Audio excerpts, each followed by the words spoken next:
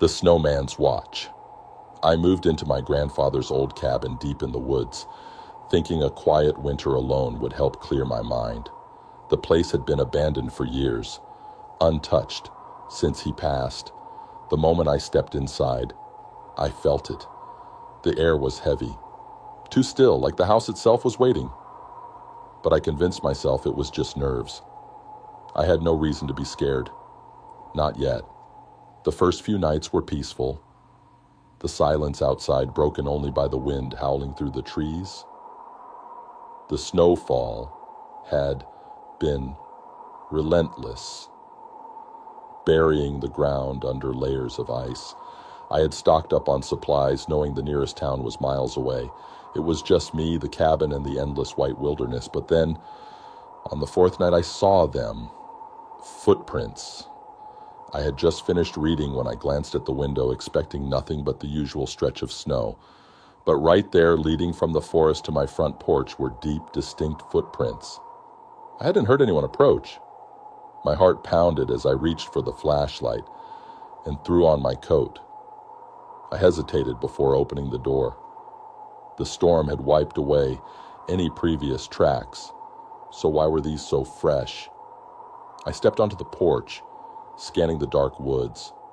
The wind bit at my skin, but the cold wasn't what made my breath hitch. The tracks led straight to my door, but there were none leading away. I slammed the door shut and locked it, my mind racing. Maybe someone was out there, lost. Maybe they needed help. But why hadn't they knocked? And why hadn't I heard them leave? I paced the room, checking the windows, convincing myself it was just a trick of the snow. Eventually, exhaustion won, and I drifted into an uneasy sleep. The next morning, I forced myself to check outside again. The footprints were gone, erased by the storm overnight. I let out a shaky laugh, shaking off the paranoia. Just my mind playing tricks. That night, I double-checked the locks before going to bed. Hours later, I woke up with a start. The house was silent, too silent, like the woods were holding their breath.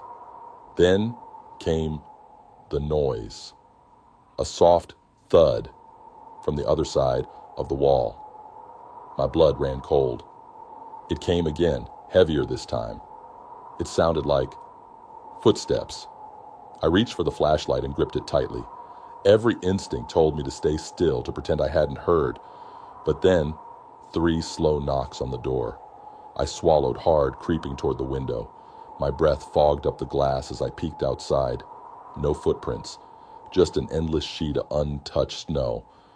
But something was there. A shadow. Tall, motionless, right at the edge of the trees. It wasn't moving, just standing there, barely visible in the dim moonlight. My pulse roared in my ears as I backed away from the window. I locked myself in the bedroom, forcing myself to stay awake. The knocking didn't come again, but I knew it was still out there. Morning couldn't come fast enough. I stepped outside, heart pounding, searching for proof that I hadn't imagined it. But again, the snow was undisturbed. No tracks, no sign that anyone had been there. I should have left, packed my bags and walked to town if I had to. But I convinced myself it was just paranoia. Isolation was getting to me.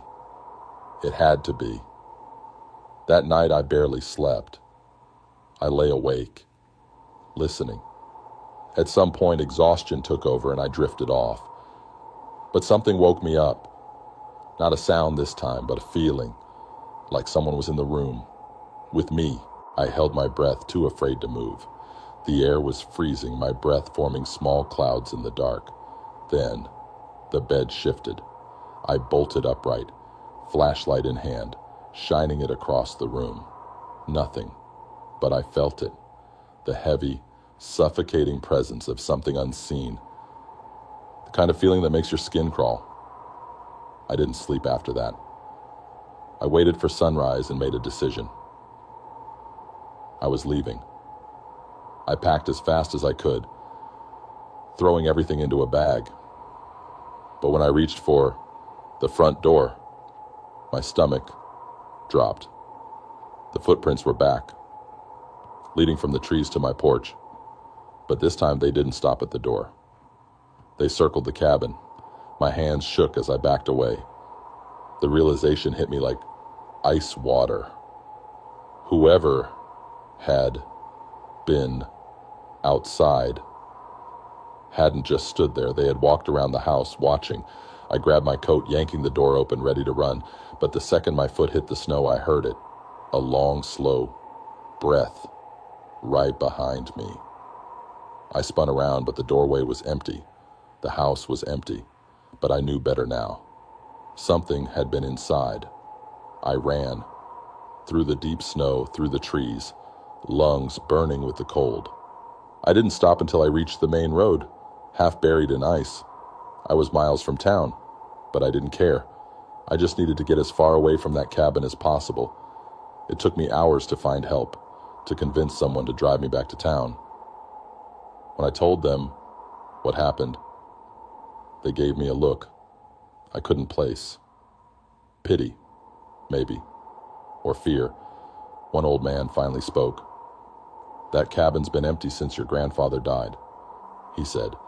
"He used to tell stories about seeing footprints in the snow. Said something always came when winter hit." I swallowed hard. "Did he ever say what it was?" The old man hesitated. Then, in a low voice, he said, "No. But he always said the same thing when the snow started falling." I leaned in, heart pounding. "Don't open the door." Story number 2, Whispers in the Blizzard. The first time I saw the face at my window, I told myself it was just a trick of the frost, a smear in the condensation, my imagination playing games with me in the dead of night. But the second time, I knew I wasn't imagining it. It was the middle of a brutal snowstorm, the kind that made the whole world feel like a silent, frozen grave. I was alone in my apartment on the 12th floor, wrapped in a blanket, watching the snowfall through the large glass window that stretched from floor to ceiling. It was peaceful, almost hypnotic. And then, in the reflection of the TV screen, I saw it. A face. I turned so fast, my neck cracked, heart slamming against my ribs. But there was nothing there. Just the howling wind and swirling snow outside. I exhaled shakily, laughing at myself. No one could be outside my window. I was too high up. Still, something didn't sit right. The image was burned into my brain. Hollow eyes, skin too pale, mouth slightly open as if caught mid-breath. I told myself it was stress, lack of sleep. I forced myself to go to bed, convincing myself that the next day I wouldn't even remember it. But the next night, I saw it again. This time, it wasn't just a fleeting glimpse. The storm was worse, snow slamming against the glass in thick sheets. I was halfway to the kitchen when I froze. The feeling hit me first, that heavy awareness of being watched. My stomach twisted as I turned, eyes landing on the window. It was there. The face was pressed against the glass, staring right at me. The pale skin, the sunken eyes, the mouth hanging slightly open. My breath caught in my throat. I was 12 stories up. There was no balcony, no ledge, no way for anyone to be there. I didn't move. I couldn't. My pulse was a deafening roar in my ears.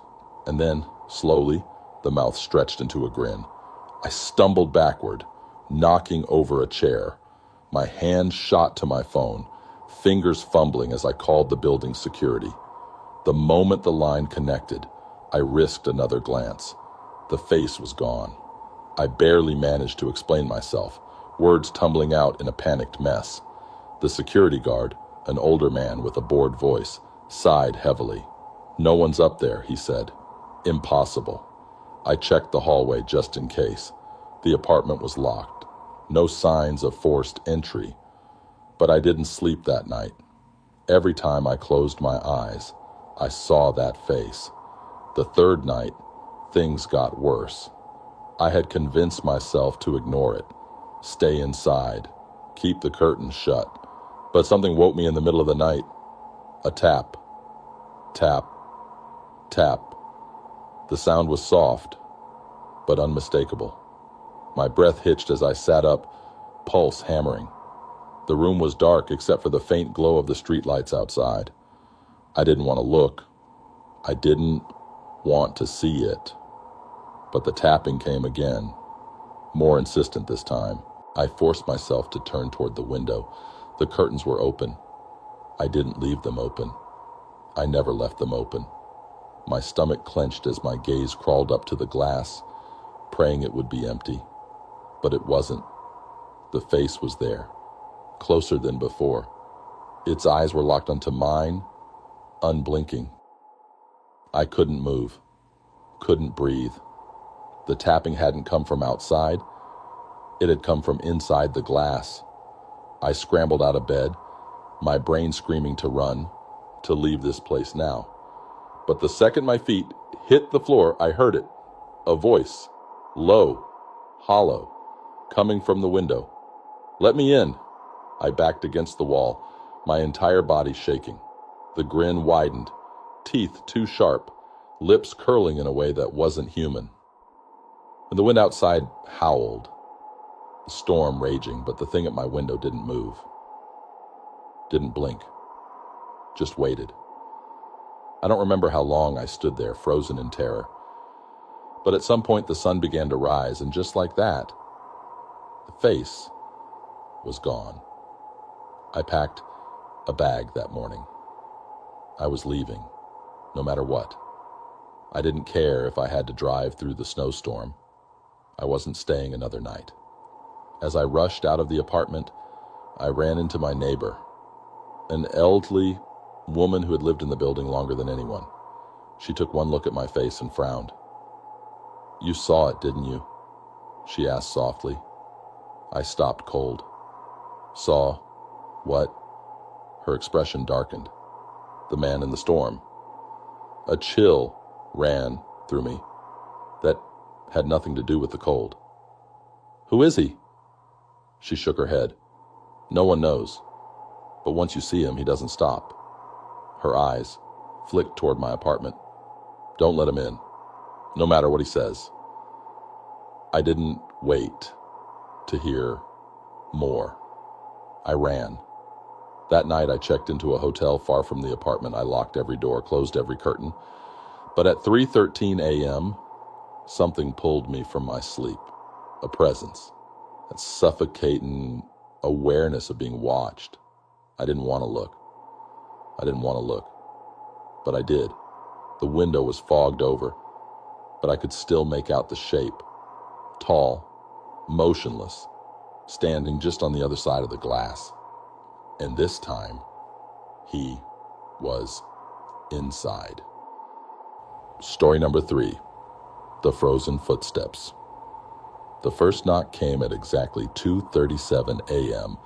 I know because I was awake, staring at the ceiling, listening to the wind howl outside. The snowstorm had swallowed the world, trapping me in my parents' old house for the weekend.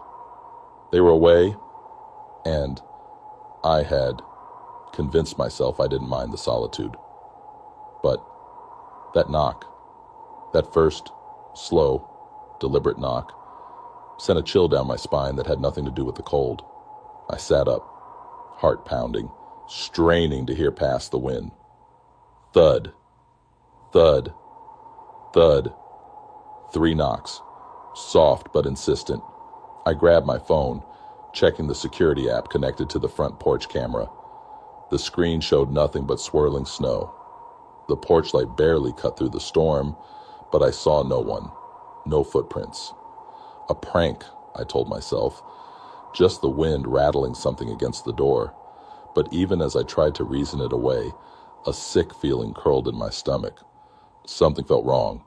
I forced myself to lie back down, but sleep never came. Every sound made my muscles tense. Every gust of wind made my breath hitch. And just when I had almost convinced myself it had been nothing, thud, thud, thud, I shot up, heart hammering so hard I thought I might be sick. This time the knocks were louder, more deliberate. They weren't random. They weren't the wind. I grabbed the baseball bat I kept under my bed and moved toward the front door, as quietly as I could. My fingers trembled as I reached for the peephole. The porch was empty. I exhaled, shakily, relief washing over me for a second. Then my stomach turned to ice. The snow was untouched. There was no way someone had walked up to my door. No way they had knocked. But I had heard it. I stepped back, locking the deadbolt, my mind racing. Maybe I was imagining things. Maybe the storm was messing with the house. But deep down, I knew that was a lie. I didn't sleep at all that night. I sat on the couch, staring at the door, waiting for the next knock. But it never came. Morning brought a strange kind of comfort. The daylight made everything feel less terrifying, and for a moment, I thought I had overreacted. The rational part of my brain took over. It had to be something explainable. But then I stepped outside. The storm had settled, leaving the ground covered in thick, undisturbed snow. And yet, right there on my porch was a single handprint, not a shoe print, not an animal track, just one handprint, pressed deep into the snow, fingers splayed, like someone had crouched at my door, pressing their palm against the wood. I stumbled back inside, locking the door behind me, chest heaving. This wasn't my imagination. Someone had been here. But how? I checked every door and window, every possible way someone could have entered the house, all locked, no signs of forced entry. That night I kept every light on. The house was silent, save for the occasional creak of wood shifting in the cold. Hours passed. Midnight came and went.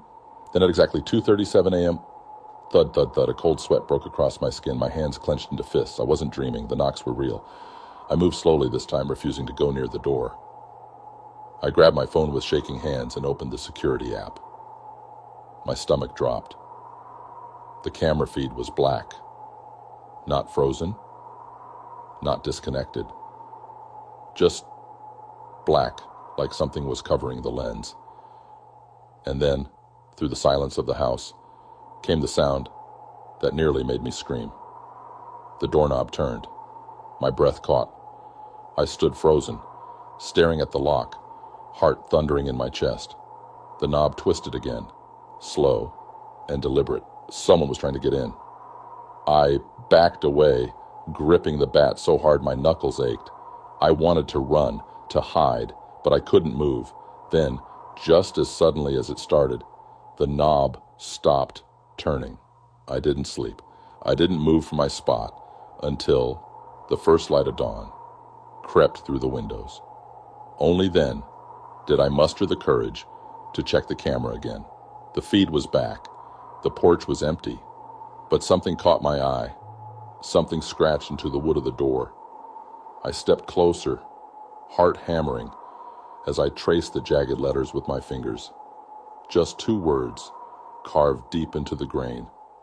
Let me in. I packed my things in under 5 minutes.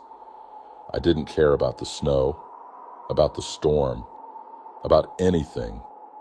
I threw my bags into the car and drove, heart racing the entire way. I haven't gone back since, but sometimes in the middle of the night, when the wind howls against my window, I swear I still hear it. Thud, thud, thud. Story number 4, Echoes of the Ice. I had lived in that house my whole life. I knew every creaky floorboard, every drafty window, every shadow that stretched across the walls at night. Or at least, I thought I did. It wasn't until I was home alone during the worst snow storm of the year that I found the door I had never noticed before. It was in the hallway, right between my bedroom and the linen closet. A small wooden door with an old brass handle. I had never seen it before. That didn't make sense. I had walked past this spot 1,000 times. It was impossible that I had never noticed a whole room before. A chill ran down my spine that had nothing to do with the cold outside. I hesitated before reaching for the handle, half expecting it to vanish the moment I touched it, like a hallucination. But it didn't. The metal was ice cold against my palm. I turned the knob. It didn't budge. Locked. I stepped back, heart pounding. Maybe I had just never paid attention. Maybe it was a storage space my parents had never used. But something about it felt wrong. That night, the wind outside was relentless, slamming against the windows like something desperate to get in. I tossed and turned in bed, unable to shake the image of that door. Around 2 a.m., I heard a sound that made my blood freeze. A soft click. I sat up, breath caught in my throat. The noise had come from the hallway. It was open. The sight made my stomach lurch. The door that had been locked just hours ago was now slightly ajar, a sliver of pitch-black darkness peeking through.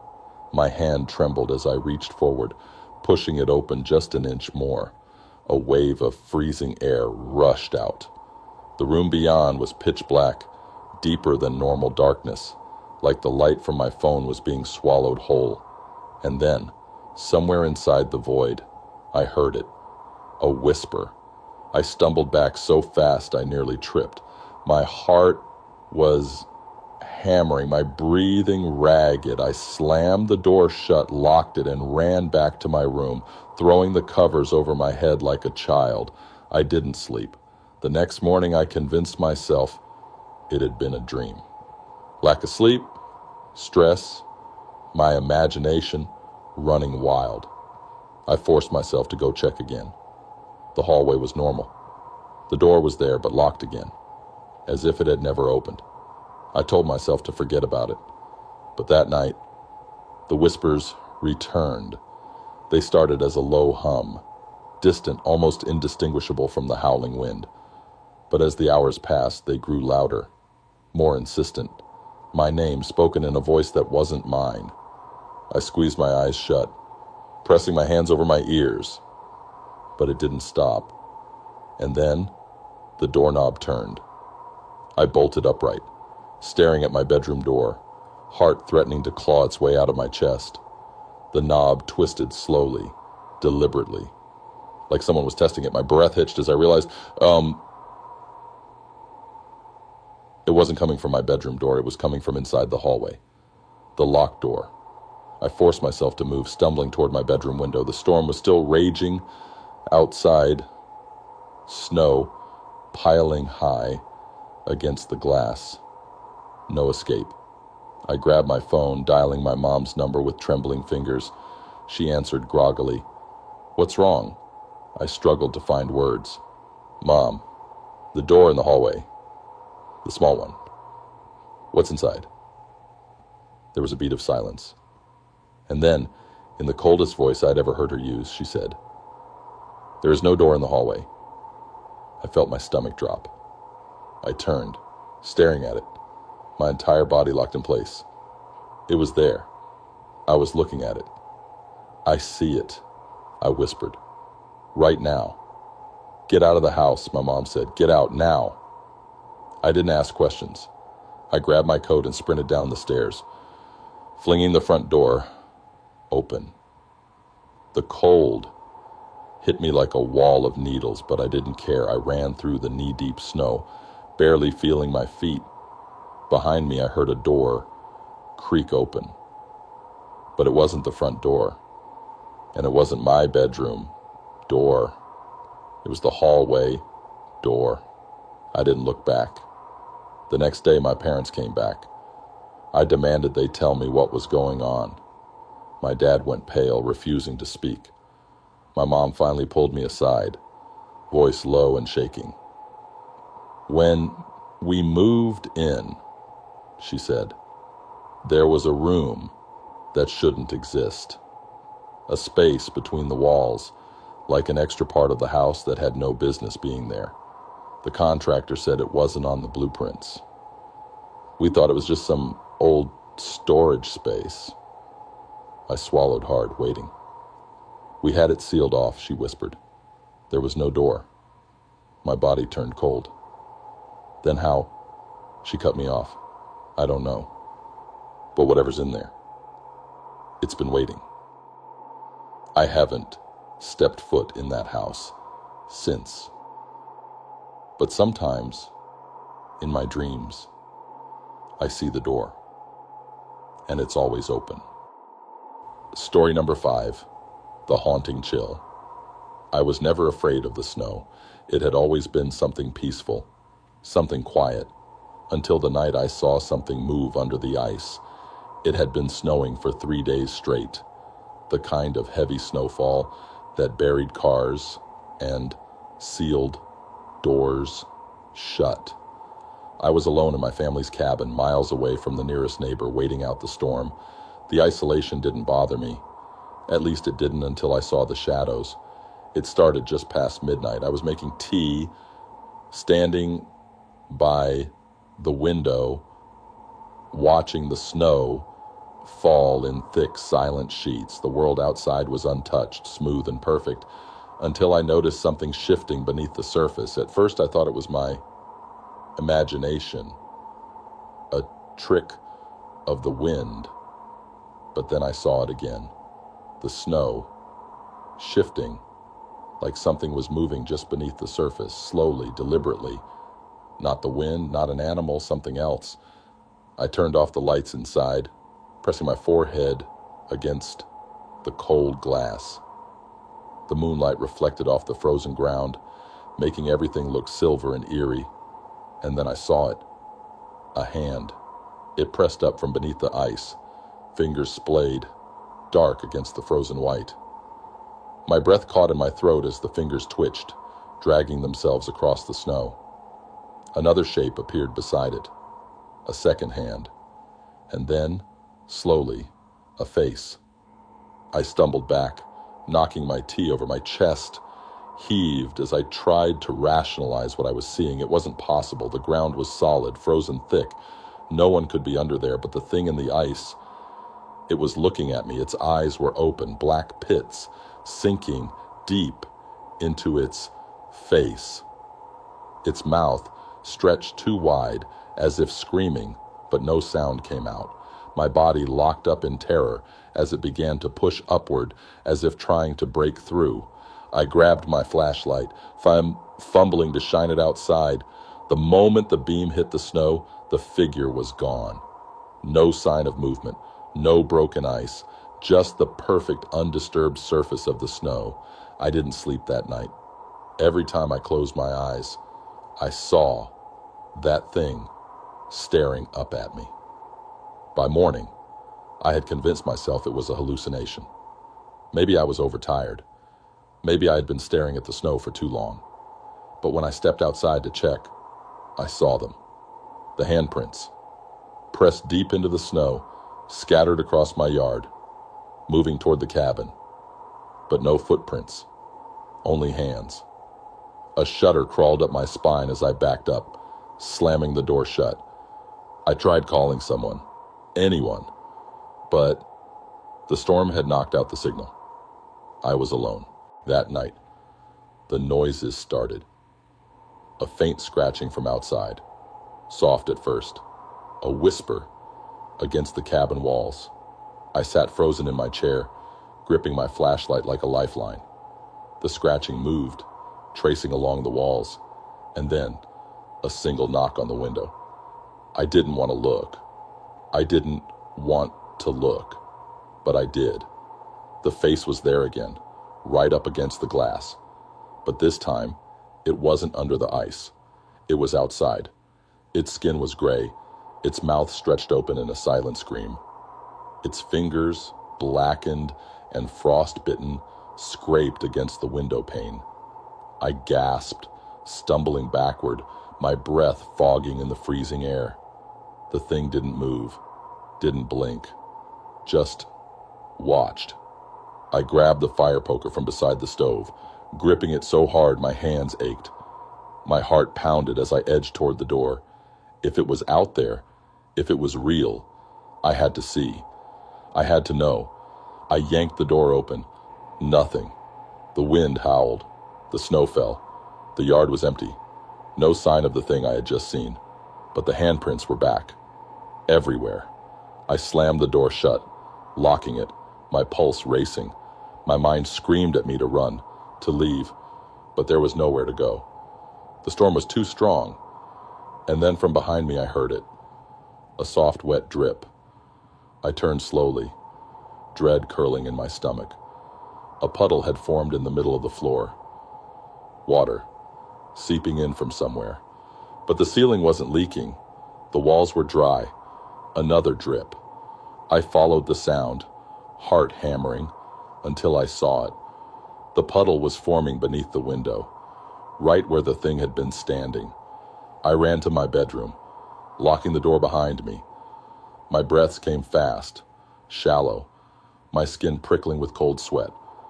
I pressed my ear against the door, listening. Silence. Then, creak. The floorboards outside my room shifted. Something was inside. I covered my mouth, forcing myself not to make a sound. The creaking moved slowly, deliberately toward my door. I squeezed my eyes shut, waiting, praying. Then, just outside came a single rasping breath. I don't remember what happened next. Maybe I blacked out. Maybe my mind refused to process it. But when I woke up, the sun had risen, and the cabin was silent. I rushed to the front door, throwing it open. The storm had settled. The world was eerily still. But the handprints, they were everywhere, covering the porch, the walls, the windows. A trail of them leading away from the cabin, disappearing into the frozen lake. I packed my things and left that morning. I never looked back. But sometimes, when the first snow of winter falls, I still dream of them. Of the hands reaching up from beneath the ice. Of the face staring at me from the frozen ground. And in those dreams, I know one thing for certain. They're still there. Story number 6, Frost-Bitten Shadows. I first noticed it in the window. A glimpse of something that wasn't right. It was just past midnight, and the storm outside had swallowed the world in white. I was alone in my childhood home, the kind of old house that creaked when it settled, that made you feel watched even when you weren't. I had been staring at my reflection absent-mindedly, my breath fogging the glass. When I noticed it, the other me didn't move. I blinked, my heart stopping for a fraction of a second.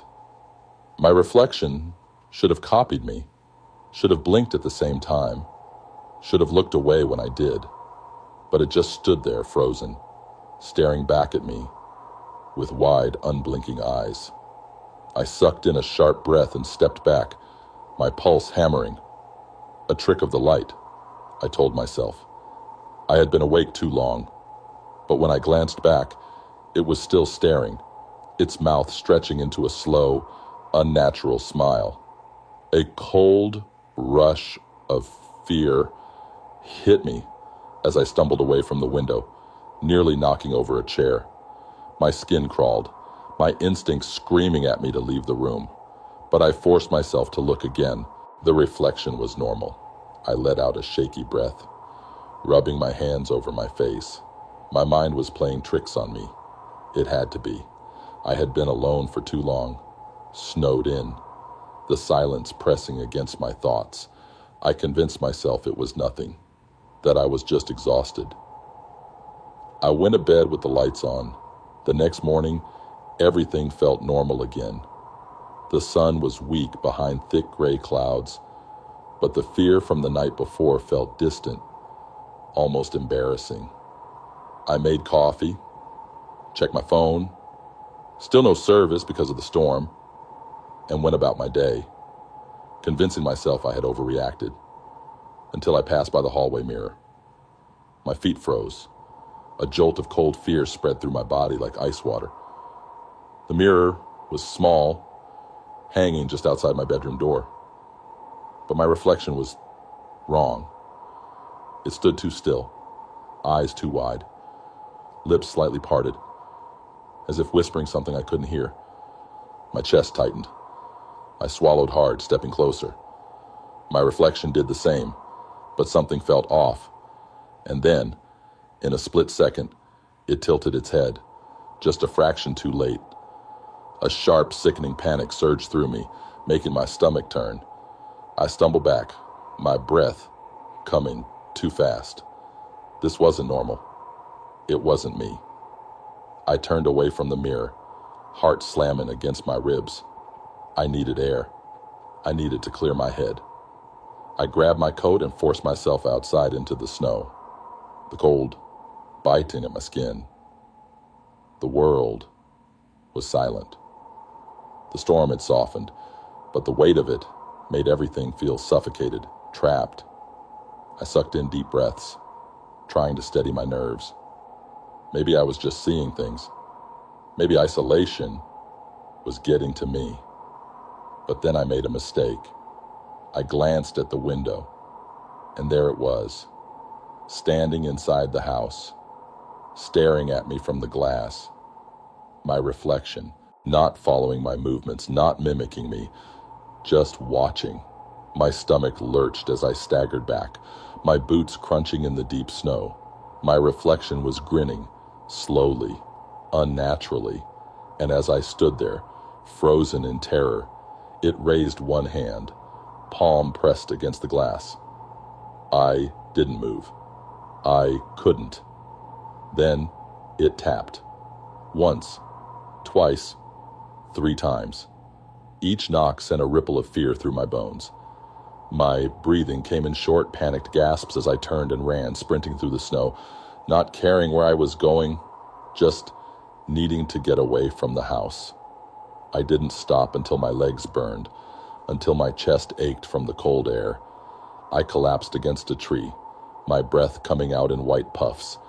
I needed to think, needed to understand what I'd just seen. Then I heard it, a crunching sound, like something walking through the snow, but not from the house, from behind me. I turned slowly, dread thick in my throat, and there it was, my reflection, standing outside with me. Didn't belong here. It shouldn't exist, but it was real. It smiled wider, its lips stretching too far, its head tilting at an unnatural angle, and then, in a voice that was almost mine, but just wrong enough to make my skin crawl, it whispered, "You left the door open." A fresh wave of terror crashed over me as I stumbled backward. I had left in such a rush. I hadn't locked the door. It had gotten out. I turned and ran, my lungs burning, my body screaming at me to move faster. I didn't stop until I was back at the house, slamming the door shut behind me, locking it, barricading it with everything I could find. For a long time, nothing happened.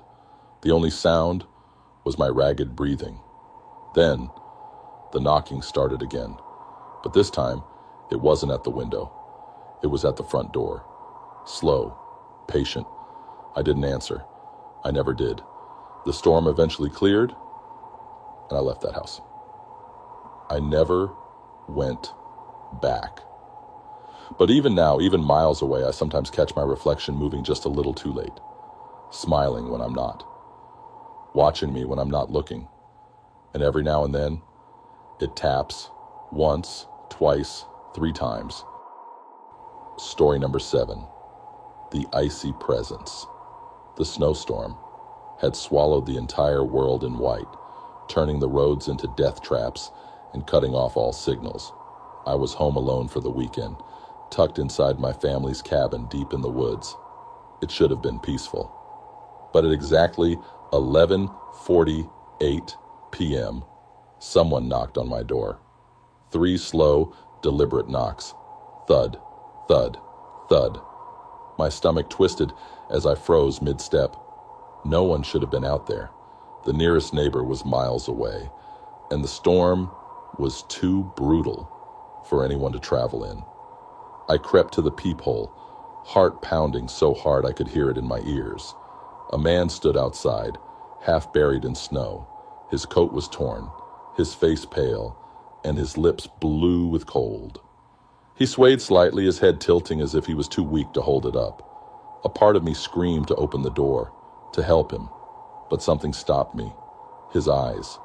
They were wide, too wide, and his pupils were gone.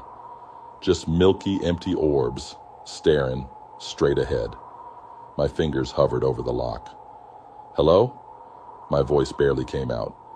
The man jerked at the sound, his lips parting. His teeth were too white, too perfect against his frozen skin. Then, in a voice that wasn't right, he whispered, "It's cold. Let me in." The hair on my arm stood up. Every instinct told me not to open the door. I stepped back, reaching for my phone, but the screen was useless. No service, no Wi-Fi. Another knock. Thud, thud, thud. "I'm lost," he said. The words were flat, like he didn't understand what they meant. "I need warmth." I stayed silent, my breath coming in shaky gasps. My mind screamed for an explanation. Maybe he was delirious. Maybe frostbite had taken his mind. But deep down I knew something was wrong. I moved toward the window, peeking out from the side. He was still standing there, unmoving. But now I could see his feet weren't touching the ground. A choked gasp slipped from my throat. He was hovering just above the snow, his boots barely grazing the surface. No footprints, no sign of how he had gotten there.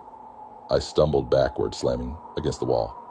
My hands trembled as I clutched my coat, preparing to run out the back door if I had to. But then the knocking stopped. Silence pressed in around me. I strained to hear, my breath shallow. I waited 1 second, 2, 5. Then the whisper came from inside the house. I found a way in. A cold wave of terror crashed over me, my muscles locked, my vision tunneling. He was inside. I spun, scanning the room, but I saw nothing. No movement, no open doors or windows, just the dim glow of the fireplace flickering against the walls. A floorboard creaked down the hall. I didn't think. I ran. I bolted up the stairs, slamming my bedroom door behind me. My shaking hands fumbled with the lock. Click. Safe. Or so I thought. The whisper came again, just outside my door. "It's cold." I grabbed the heaviest thing I could, a lamp, and braced myself, my ears strained for movement, my lungs burning from holding my breath. Then the doorknob turned. Slow, deliberate, testing the lock. I clenched the lamp tighter, my vision blurring with fear. The door stayed closed, but then the whisper changed. It wasn't begging anymore. It was laughing. Low, amused, like I was the stupidest person alive for thinking a locked door would stop it. A gust of cold air swept under the door, so sharp it made my eyes water. My breath came out in the white puffs. Temperature had dropped instantly. Then the whisper was behind me, inside the room. I turned, swinging the lamp with everything I had, but there was nothing, just empty air. But the feeling, it was still there. Something unseen. Watching. Waiting. I didn't sleep. I didn't even blink. I just sat there, back against the wall, waiting for dawn. And when the first rays of sunlight finally crawled through the window, the warmth returned. The air lost its bite. The presence was gone. I forced myself to move, to check the house. Everything was normal. No broken windows, no open doors, no sign that anything had ever been there. But when I reached the front door, my stomach dropped. There, in the snow was a single set of footprints leading away from the cabin. But they didn't start at the door. They started inside. Story number 8, Snowbound Secrets. I had always been drawn to the quiet solitude of winter, the way the snow blanketed the world, muffling sounds and creating a serene white canvas. So, when I found an old, isolated cabin for rent deep in the woods, I thought it would be the perfect retreat to finish my novel. I packed my belongings and headed out, eager for the peace and inspiration the seclusion would bring.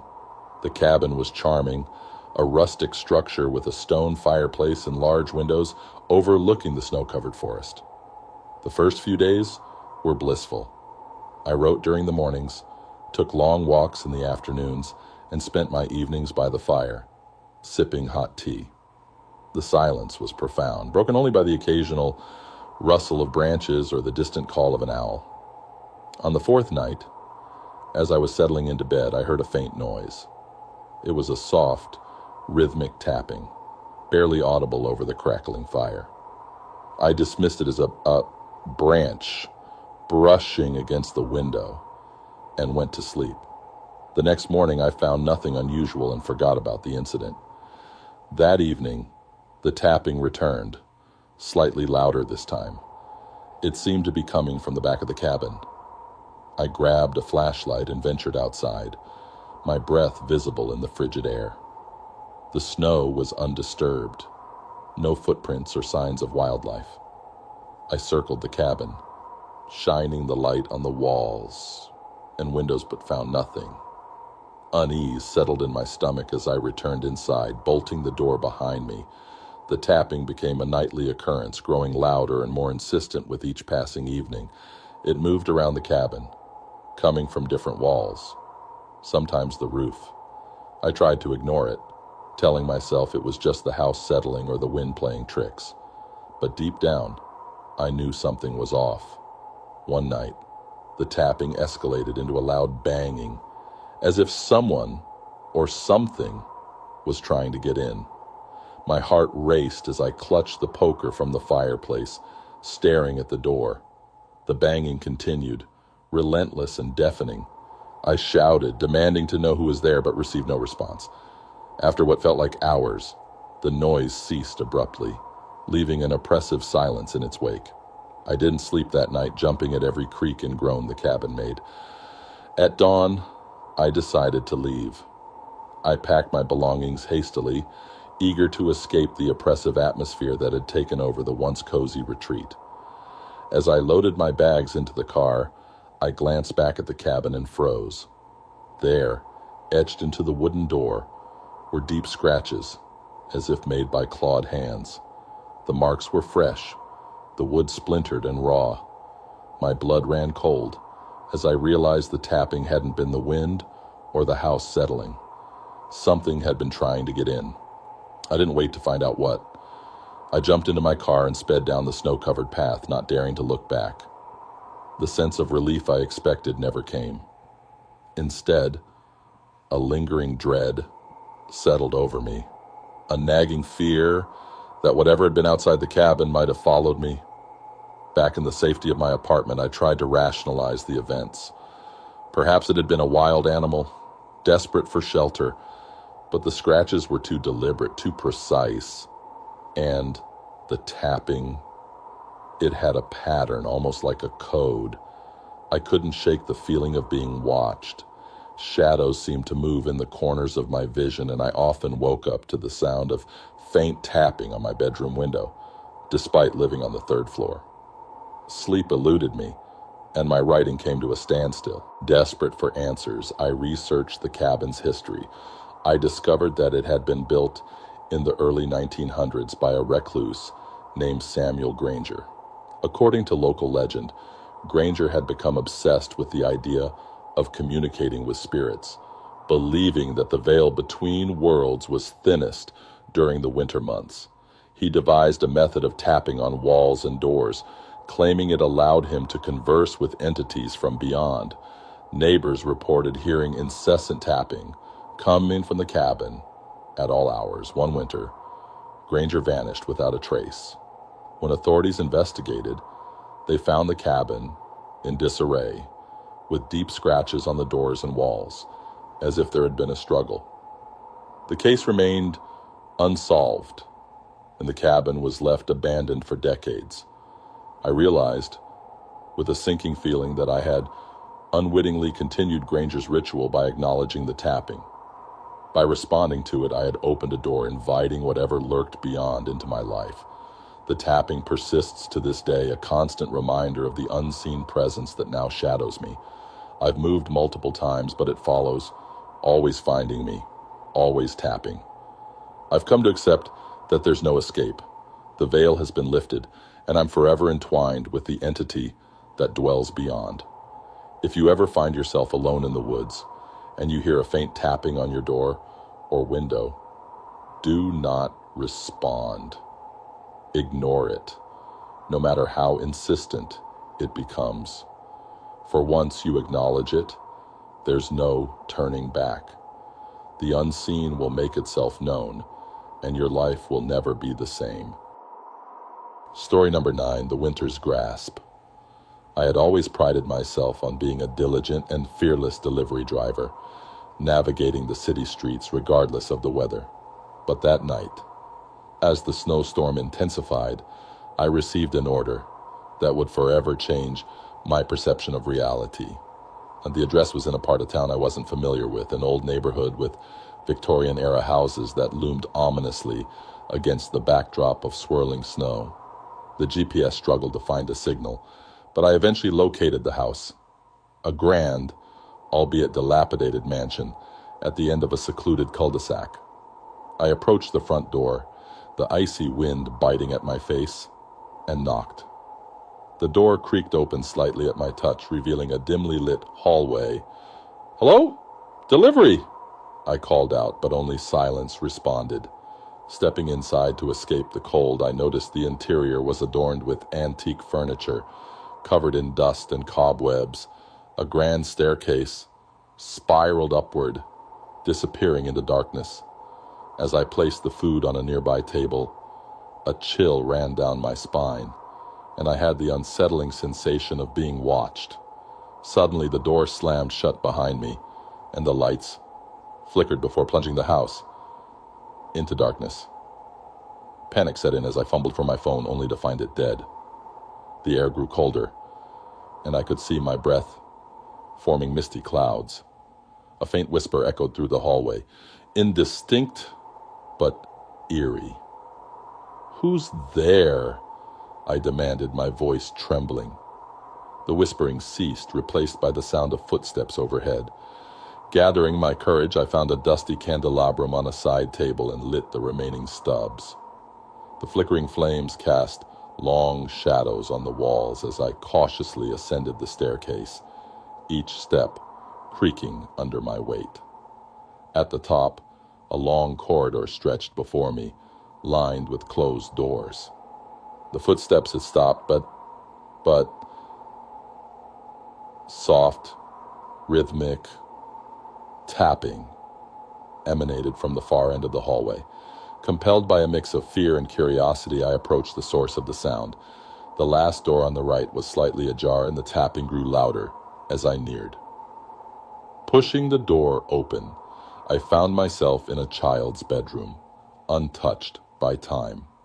Toys were scattered across the floor, and a small rocking chair moved gently back and forth as if recently occupied.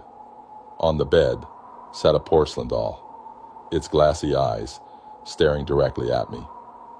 The tapping continued, and I realized it was coming from the window. I approached cautiously, peering through the frosted glass, but saw nothing but the swirling snow. Suddenly, a reflection appeared in the window, a young girl standing behind me. I spun around, but the room was empty. Heart pounding, I backed away, only to hear the whisper again, this time clearer. "Play with me." The temperature plummeted and the candle flames extinguished simultaneously, leaving me in darkness. I stumbled toward the door, but it slammed shut before I could reach it. The whispering grew louder, more insistent. Play with me.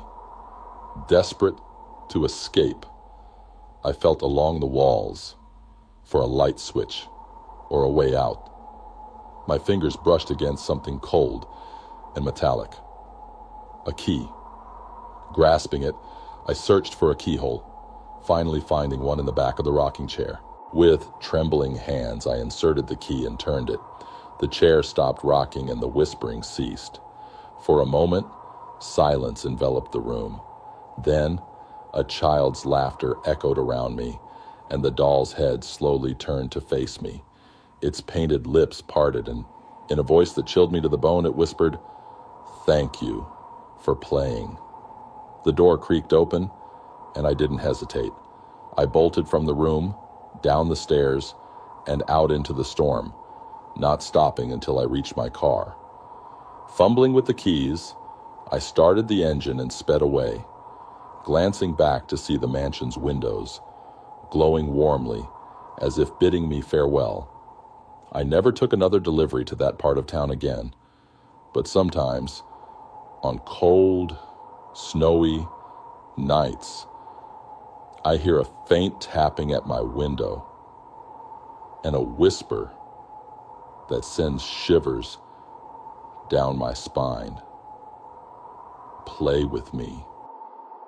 Story number 10, The Cold Whisperer.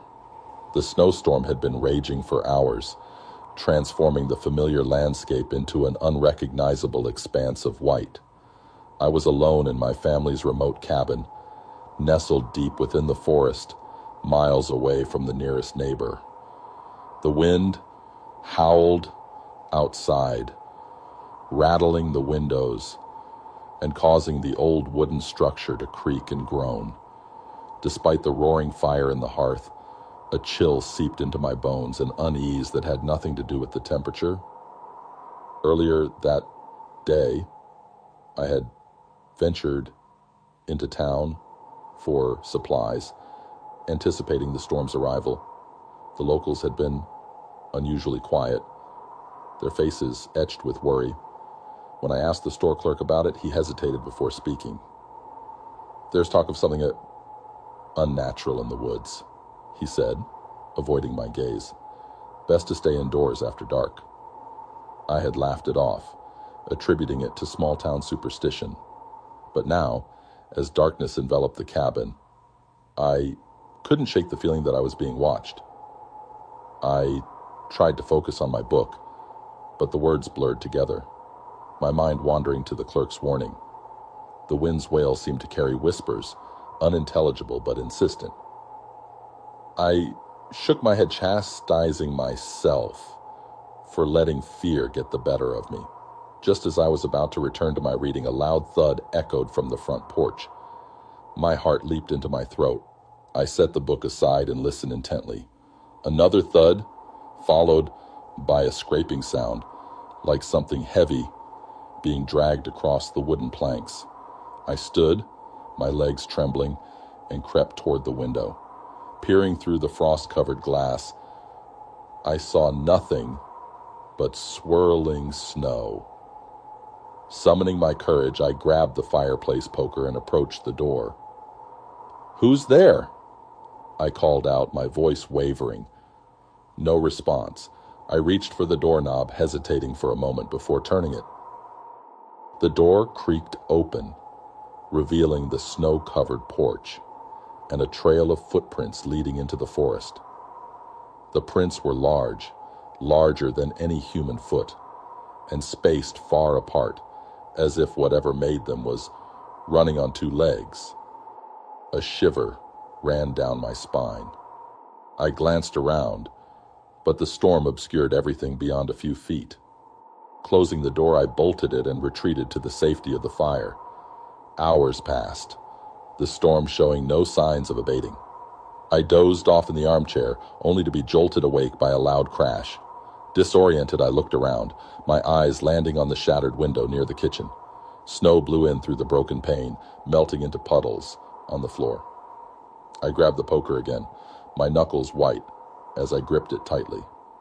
A low growl emanated from the shadows, freezing me in place. Two glowing eyes appeared in the darkness, fixed on me with predatory intent. The creature stepped into the dim light, revealing a hulking figure covered in matted fur, its elongated snout filled with razor-sharp teeth. A werewolf.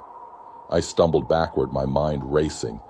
The creature advanced slowly, his growl deepening.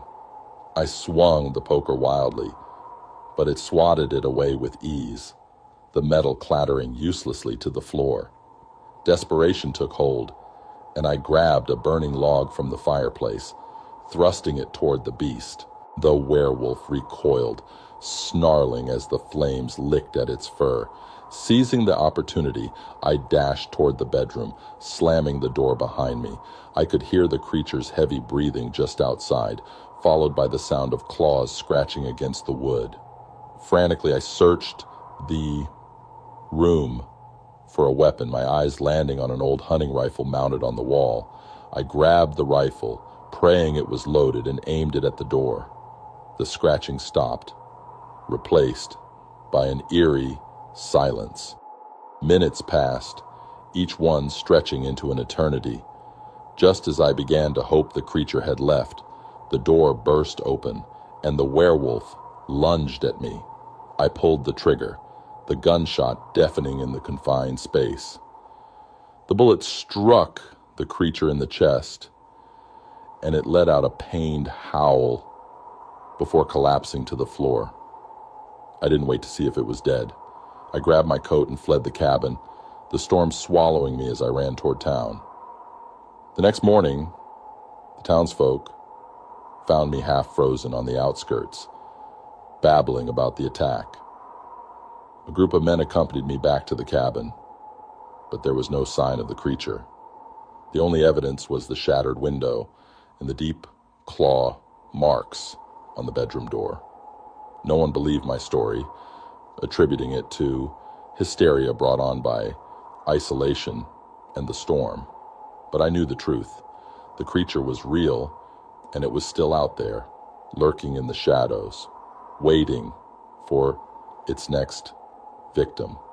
I left the town that day, vowing never to return to the cursed woods.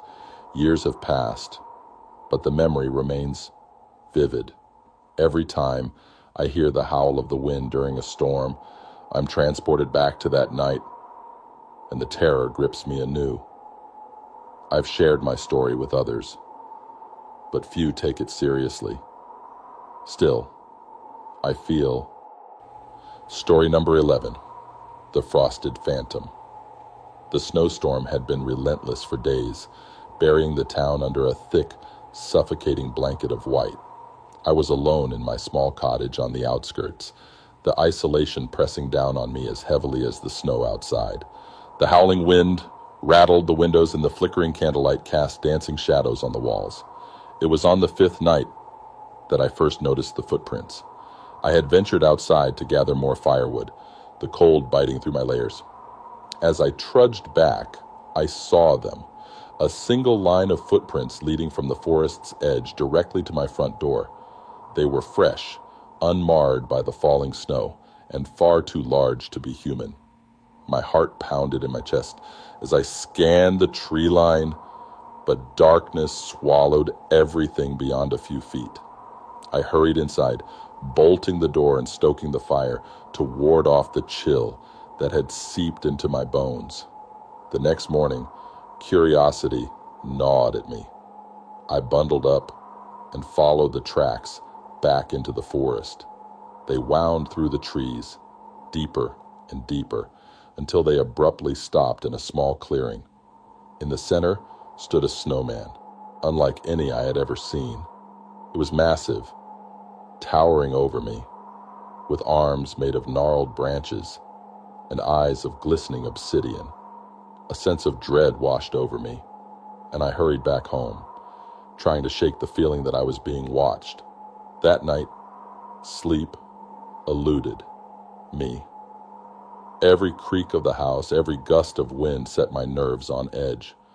Around midnight, a loud thud echoed from the front porch. I grabbed the fireplace poker and crept to the window, peering out into the darkness. At first, I saw nothing. Then, A shadow moved, and I realized with mounting horror that the snowman was now standing at the edge of my yard, closer than before. I backed away, heart racing, and locked myself in the bedroom, praying for morning. When dawn finally broke, I cautiously opened the door. The snowman was gone, but the footprints remained, circling the house as if it had been watching, waiting. Over the next few days, the sightings became more frequent. No matter how many times I destroyed it, the snowman would reappear, each time closer to the house. I reached out to the townsfolk, but they dismissed my fears as cabin fever, a result of prolonged isolation. Desperation drove me to research local legends, and I discovered tales of a malevolent spirit that took the form of a snowman, preying on those who lived alone during harsh winters. The stories spoke of its relentless pursuit, driving its victims to madness before claiming their lives. Armed with this knowledge, I decided to confront the entity. I gathered supplies: salt, iron nails, and a flask of holy water. That night, as the wind howled and the snow fell, I waited. Just past midnight, a heavy thud resonated from the front porch. Clutching the flask, I opened the door. The snowman stood there, towering and menacing, its obsidian eyes glinting in the dim light. Summoning all my courage, I splashed the holy water onto its form. For a moment, nothing happened. Then, a piercing scream filled the air, and the snowman began to melt, its one solid form collapsing into a puddle at my feet. Relief washed over me, but it was short-lived. The temperature inside the house plummeted, and a cold, malevolent presence filled the room. The spirit had abandoned its icy shell and now sought a new host. I grabbed the salt and began to spread it in a circle around me, chanting prayers I barely remembered from childhood. The air grew heavy, pressing against me, but I continued, refusing to succumb to the fear. After what felt like hours, the oppressive weight lifted and warmth slowly returned to the room. Exhausted, I collapsed, the adrenaline leaving me weak and trembling. In the days that followed, the snowstorm subsided, and the townsfolk found me haggard but alive. I recounted my ordeal, but few believed me, attributing it to the ravings of a man pushed to the brink by isolation.